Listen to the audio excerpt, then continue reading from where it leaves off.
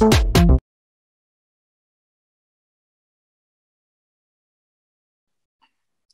everyone. I'm Dr. Rosemary Peterson, and I'm a pediatric rheumatologist at Dell Children's Medical Center down in Austin, Texas. And I'm here today to talk to you a little bit about finding your voice as a patient. So, how to start to become a little bit more involved in your medical care. And there's really 3 stages that we're going to think about. So, there's before you even show up to your doctor's visit, during your doctor's visit, and then after your doctor's visit. And I'm going to lead you through some tips and tricks because it can be a little bit of a scary transition from when you were younger and your parents would take you to all your doctor's visits and they would really manage everything for you. Now I want you to start learning a little bit more about your disease, learning how to manage it, asking some questions with your doctor. And so we'll go through kind of what that looks like. So before you even show up to your doctor's visit, there's some homework you need to do. And so I want you to focus on 4 main questions with your parent or caregiver before you show up. What's the name of the doctor that I'm going to today? What's the name of the medical condition that this doctor treats me for? Do I have juvenile arthritis? Do I have inflammatory bowel disease? Do they not know yet? And we're still trying to figure it out. Am I on any medicine for this condition? Am I on something for my juvenile arthritis? Do I take ibuprofen? Do I take naproxen? Do I take methotrexate? What kinds of medicines am I on? And then do I have any questions for the doctor? And this one we're going to spend some time on because I really want you to brainstorm with your parent before your doctor's visit about 2 main types of questions. And I want you to come up with these questions ahead of time because it can be nerve-wracking when you're in the doctor's visit and they say, do you have any questions? And you feel rushed and you may not be able to think of any. So I want you to plan ahead a little bit. So you're at the doctor's visit. So we're going to practice using your voice. So I want you to ask your doctor at least 1 question about your condition or medicines at every visit you go in. And so these are some examples. It can be very simple. What is JIA? What does JIA stand for? What's the J? What's the I? What's the A? Why did I get JIA, but my brother's fine? Why did I get it and my best friend has no issues and I have to deal with this? What are some symptoms that other kids have with JIA? What are some things that maybe I should look out for? Why do I have to keep taking these medicines? What are all these medicines for that I take? What's the methotrexate for? What's the folic acid for? What's the Humira for?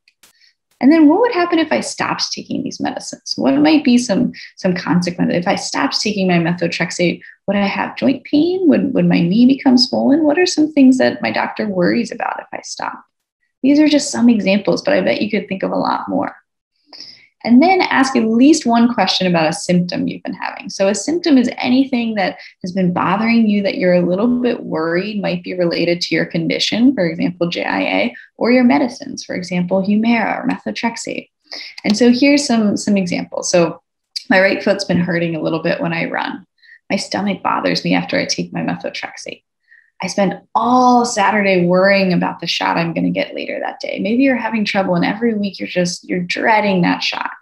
My knee has looked swollen. This is a really important one. So if you notice that you think a joint looks swollen, make sure to mention that to your doctor. And it's okay if they examine you and everything looks good, but mention it to them. And then after the visit, so the work doesn't stop there. In fact, a lot of the work that you'll be doing and starting to manage your medical needs is going to be in between doctor's visits. So these are just some ideas. Have a parent fill your pill box at the start of the week. Help your parent fill it. Set a reminder on your calendar, either at home, on the refrigerator, or if you have an iPhone and you have a calendar on there, set up some reminders for when you're due for your next injection if you're on, say, weekly methotrexate injections. And then if you have an iPhone or an Android, and you can't use this presentation to convince your parents to get one, but if you have those things, you can go on the iPhone to the Health app and update the medical ID section.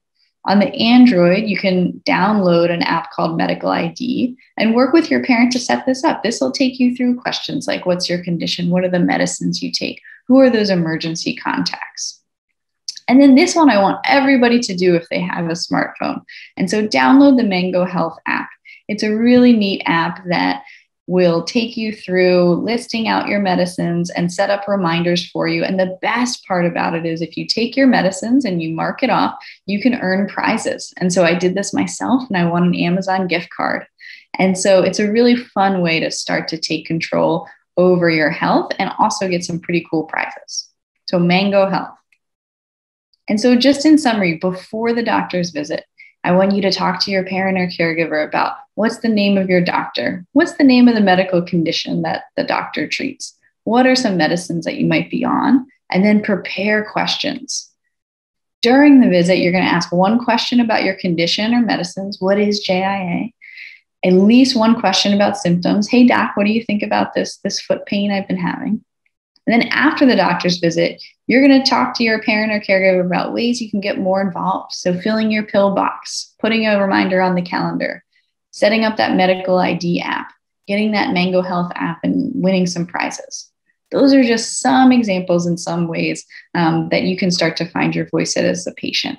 And I hope this was helpful. And we also have a worksheet that we can distribute with kind of a quick tips that goes over these 3 stages of starting to take control of your health.